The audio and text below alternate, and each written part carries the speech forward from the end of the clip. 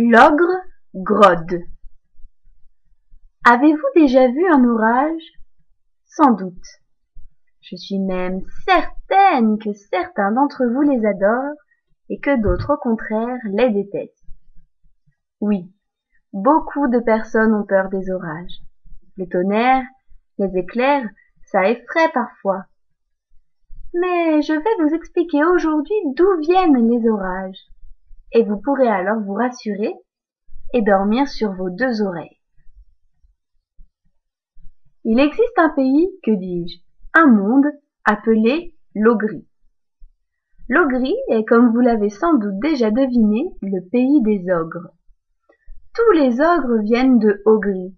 Même si on en trouve parfois dans nos forêts ou dans nos montagnes, ils sont tous nés là-bas.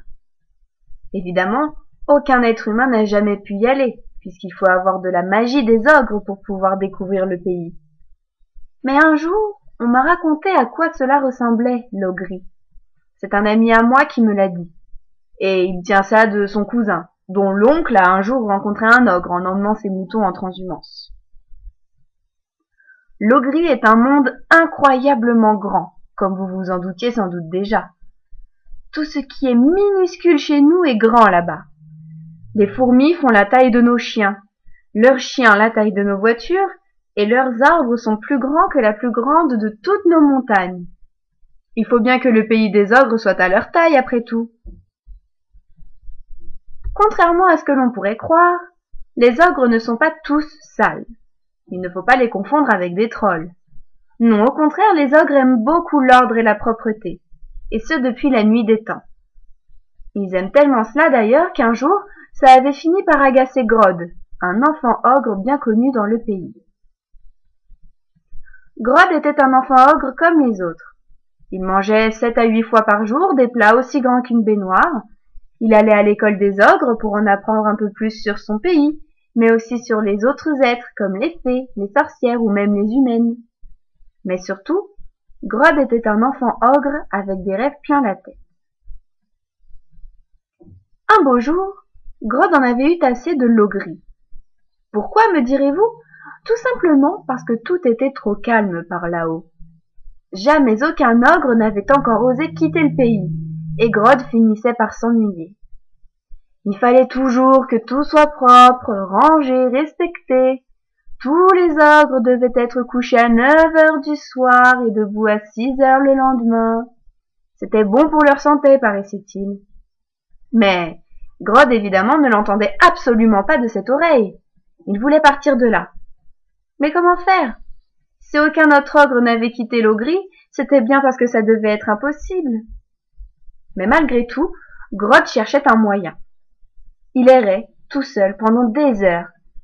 Et ce jour-là, pour la première fois, il découvrit une cascade incroyablement grande, cachée derrière un immense mur de feuilles. Une cascade?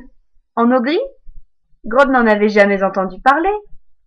Les cascades, il ne les avait vues que dans les livres qui racontaient les histoires des hommes.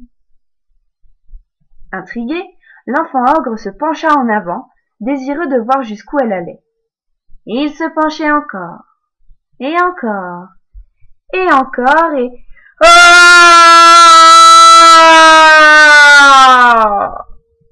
Grod fit une chute longue de plusieurs minutes avant de retomber brutalement sur un sol humide. Heureusement, ses grandes fesses d'ogre lui avaient permis de ne pas se faire mal. Il se releva difficilement et regarda autour de lui. Il venait de tomber de la cascade? Pour de vrai? Mais ça n'avait rien à voir avec son pays ici. Tout semblait si petit. Grod regarda attentivement tout ce qui l'entourait. Et c'est seulement quand une petite voix lui parvint de sous son gros orteil qu'il comprit où il était.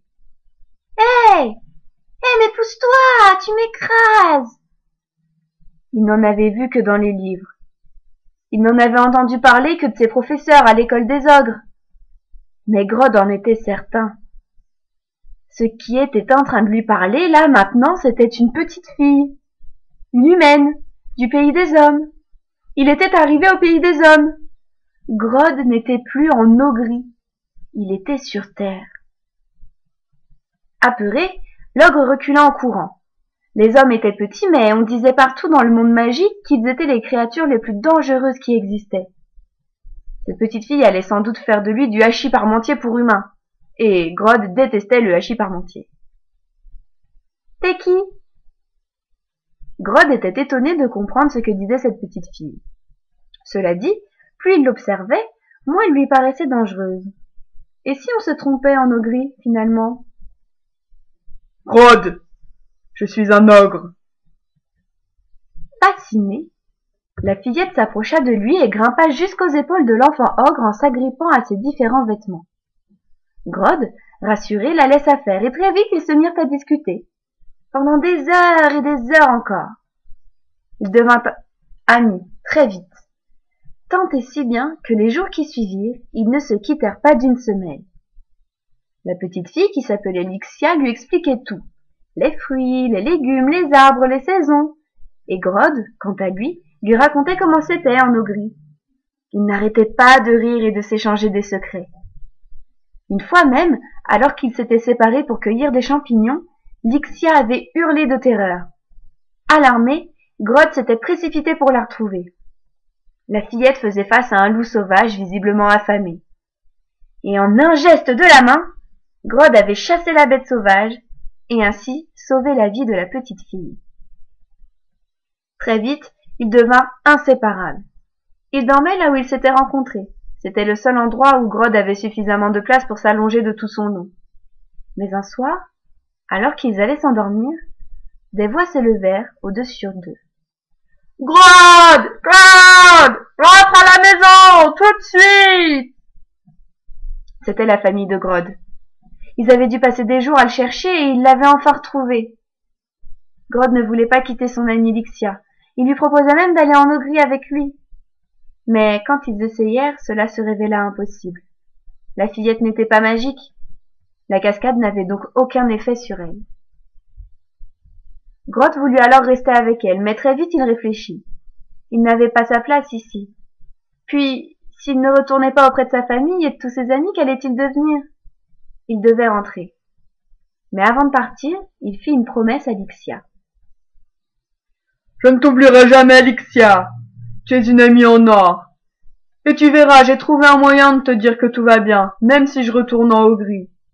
Tu me reconnaîtras, ne t'en fais pas. » Et il était retourné chez lui.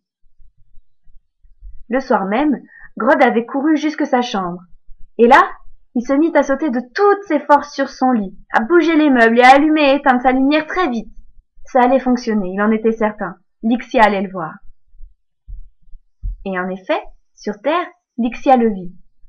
Alors qu'elle avait le cœur serré à cause du départ de son ami, il se passa quelque chose d'étrange. Le ciel était devenu bien sombre, et il résonnait comme de grands coups dans le lointain.